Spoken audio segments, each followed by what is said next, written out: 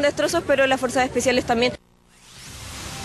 Bien, vamos a otro tema. Los resultados del tercer índice de la solidaridad de los chilenos realizada por MIDEUC reveló una baja en las conductas solidarias de los chilenos, especialmente en la donación de tiempo.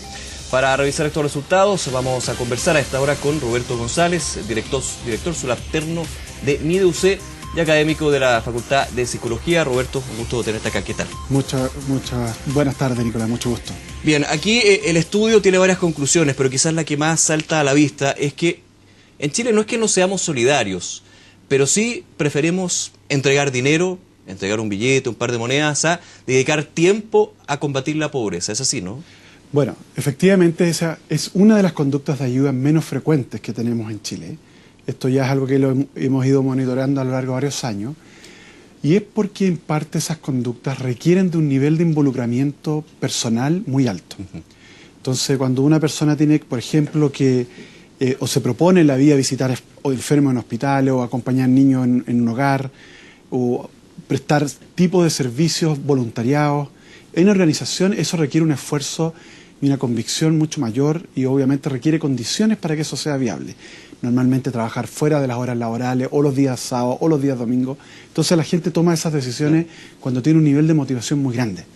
Y esas conductas son ciertamente menos frecuentes que la donación de dinero, como tú mencionabas. Claro, que ahora hay varias alternativas, por ejemplo el mismo supermercado, entregar parte del vuelto, también las campañas. Hay muchas más instituciones que van recolectando dinero, pero que también muchas veces te piden voluntariado. Y ahí es donde de alguna manera el chileno se queda corto, ¿no? Efectivamente. Ahora, la donación de dinero es muy importante. Todas las instituciones necesitan esos recursos porque ellas la administran de acuerdo a sus objetivos y tratando siempre, poniendo como bien superior a poblaciones que son más vulnerables. Entonces, el dinero es necesario, pero también otras formas de ayuda son complementarias a esa actividad. Y de hecho nosotros creemos que en parte el incremento que hubo, porque el índice, si bien en lo general bajó, la donación de dinero creció levemente, y probablemente porque en Chile el año pasado, cuando levantamos este dato a fin de año, había ya experimentado alrededor de 8 grandes catástrofes que movilizaron a las personas en distintas regiones del país. De hecho, se generó mucha más sensibilidad. Más sensibilidad, y las instituciones que solicitaron apoyo pidieron más apoyo monetario, porque el dinero es más práctico en el sentido que te permite generar todo tipo de servicios, y de hecho la donación material se transformó en un problema porque justamente las instituciones que acopiaban donaciones de ropa, frazadas u otras cosas, terminaban gastando mucha energía y tiempo para poder clasificar, ordenar esos materiales. Entonces es un poco complejo cuando tenemos escenarios de tantos desastres metidos entre medio para poder tener una visión más clara de ese tema. Claro, ¿hay un grado de diferencia entre las generaciones, entre mujeres y hombres con respecto a la solidaridad? Lo que hemos constatado, primero, sistemáticamente, todos los años, cada vez que lo medimos, y no solo en Chile, las mujeres sistemáticamente donan más que los hombres. Y eso es un hecho muy, muy claro y evidente.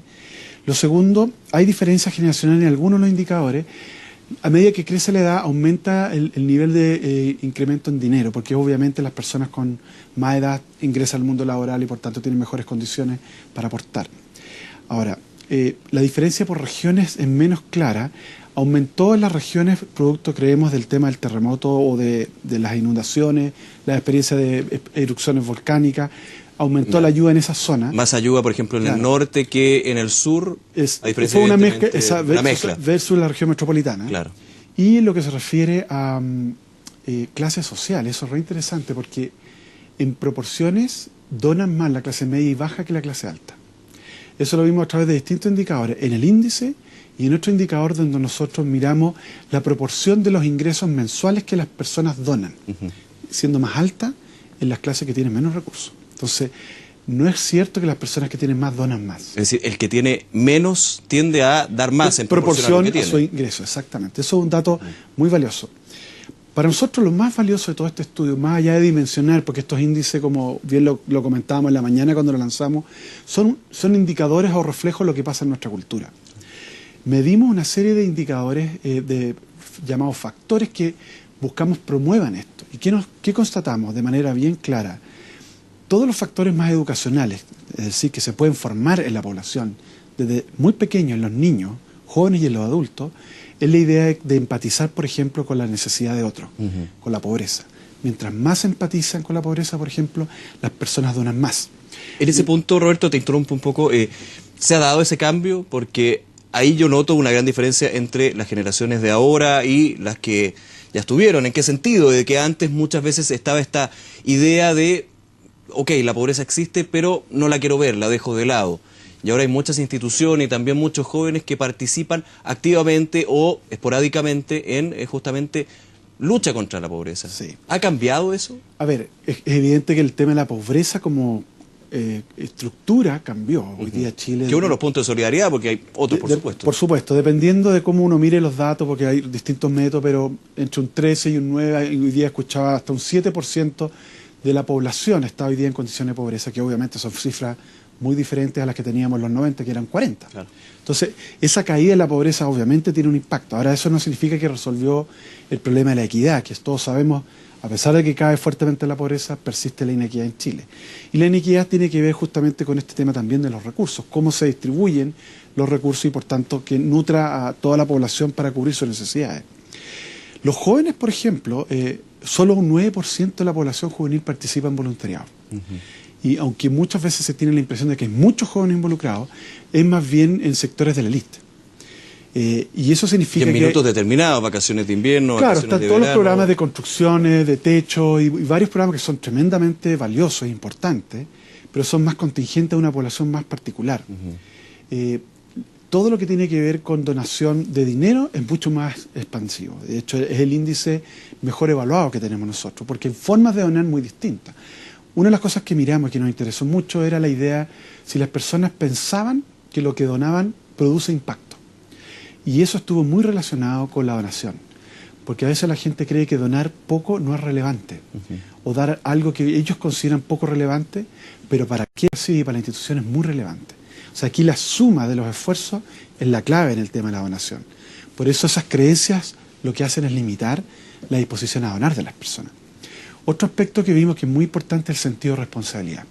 Si uno mira la data de los últimos años, ha aumentado el sentido de responsabilidad por la pobreza. ¿En qué sentido esa responsabilidad? En el sentido que la gente percibe que hoy día, por ejemplo, tienen más conciencia que ellos son parte de la solución del problema. Que los problemas de los pobres también son parte de mis problemas. Cuando tú logras que entender que los problemas de la comunidad es un problema que te atañe a ti también. Lo integran como un problema social de todos. Es un problema de tu comunidad y no solo lo que yo vivo en mi metro cuadrado con mi familia y mis amigos. Esa conciencia es muy necesaria para el paso a la donación. ¿Y qué es lo que vimos?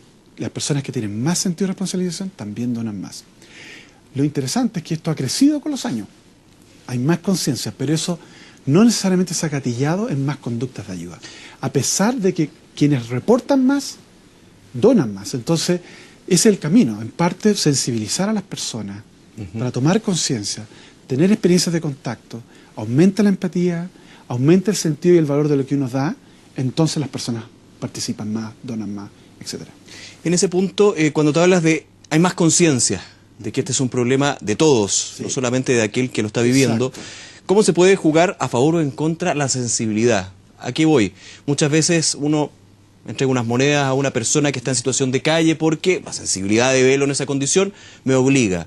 Pero es distinto cuando yo tengo la conciencia de donarle tiempo, por ejemplo. ¿Ahí hay una contraposición entre los dos conceptos? ¿Qué pasa aquí? No es contraposición, lo que pasa es que, como te decía al inicio, cuando tú tomas la decisión de donar tiempo, eso ya involucra, normalmente la gente que se vincula a instituciones es porque ya tomó una decisión importante que eso va a ser un aspecto esencial de su vida. Entonces, los jóvenes, por ejemplo, que se meten a los voluntariados, tienen que hacer un esfuerzo enorme. Esto no es solamente ir un fin de semana. Claro. Se preparan, entonces el voluntariado forma parte de la vida de esas personas.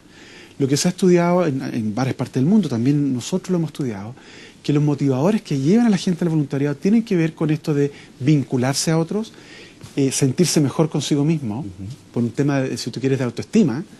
Es una forma también de sentir que tú puedes aportar a otros que son distintos a tu red más directa. Entonces, hay varios motivadores que son muy distintos.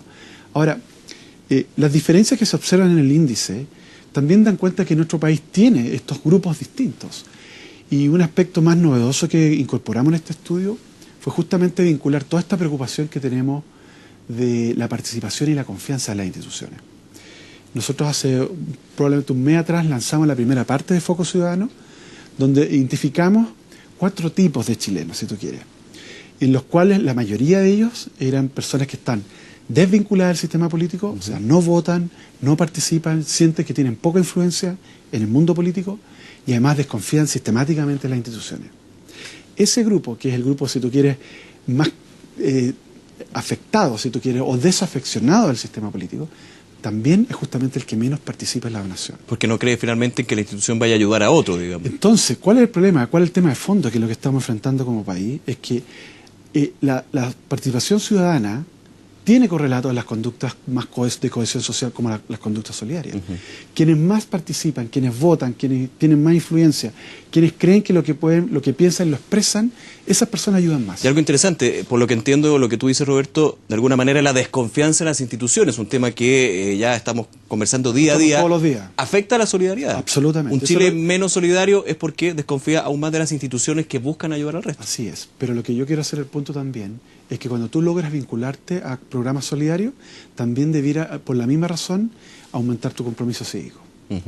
Y eso es importante porque probablemente tú sabes, muchos jóvenes de una generación decidieron no inscribirse en el sistema electoral y muchos jóvenes no votan. Claro, lo vamos a ver ahora en las elecciones con voto voluntario. Entonces, exactamente, cuando tú ves eso, ya lo vimos en la última elección, ¿te acuerdas que hubo una caída muy fuerte en la elección de alcalde? En las presidenciales normalmente vota más gente, pero la actividad de solidaridad también ayuda a crear esa conciencia de que nosotros no somos personas que vivimos aisladas del mundo.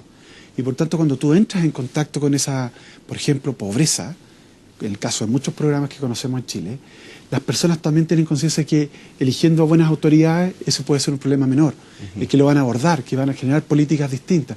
¿Te fijas? Entonces se conecta el mundo de la solidaridad con lo que llamamos involucramiento ciudadano. Y esa es la gracia que nos entrega este índice ahora, porque lo medimos y lo relacionamos. Ese involucramiento, no sé si el índice mide otros tipos de fines para la solidaridad.